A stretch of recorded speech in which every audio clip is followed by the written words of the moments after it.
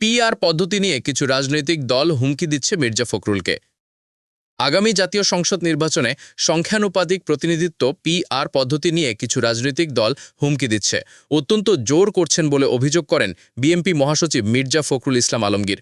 বুধবার রাজধানীর জাতীয় প্রেস ক্লাবে জহুর হোসেন চৌধুরীর হলে বর্ষিয়ান রাজনীতিক কাজী জাফর আহমেদের ১০ম বার্ষিকী উপলক্ষে এক সভায় তিনি এসব কথা বলেন।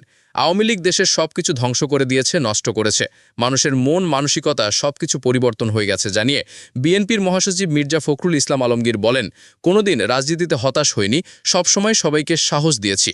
ইদানিং মাঝে মাঝে হতাশার ছায়া লক্ষ্য করি। বলবেন কেন? যেদিকে তাকিয়ে দেখি দেশের বেশিরভাগ মানুষই নষ্ট হয়ে গেছে। দুর্নীতি দুর্নীতি দুর্নীতি, কোনো অফিস আদালতে যেতে পারবেন না। আগেই বলেছি, আগে ঘুষ দেয়া লাগতো ১ লাখ, এখন ৫ লাখ দিতে হয়।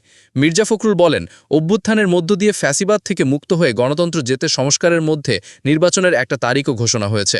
আমরা একসাথে যারা আন্দোলন করেছি সবাই মিলে সংস্কারের ৩১ দফা দিয়েছি।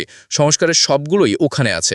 সুতরাং সংস্কারের পক্ষে আমরা প্রথম থেকে, কারণ আমরা উপলব্ধি করেছিলাম বিদ্যমান রাষ্ট্রকাঠামোতে গণতন্ত্রকে প্রতিষ্ঠা করা সম্ভব নয়। সংস্কার করার জন্য সব রকম সহযোগিতা সংস্কার কমিশন এবং অন্তর্বর্তী সরকারকে করছি। কোথাও বাধা সৃষ্টি করিনি, কখনো কোনো বড় রকমের দাবি তুলে রাজপথে নেমে সরকারকে বিব্রত করিনি। বিএনপি মহাসচিব বলেন, দুর্ভাগ্যজনকভাবে আজ কিছু রাজনৈতিক দল বা মহল অত্যন্ত পরিকল্পিতভাবে নির্বাচনকে বানচাল বা ব্যাহত করার জন্য নিত্য নতুন দাবি তুলছে। এমন দাবি তুলছে যার সঙ্গে মানুষ পরিচিত নয়। সংস্কার শব্দটার সঙ্গেই তো আমাদের সাধারণ মানুষ পরিচিত না। সংখ্যানুপাতিক বা পিআর পদ্ধতি বুঝবে না, এটা বুঝতে সময় লাগবে, কিন্তু তবে এটা খুবই কঠিন।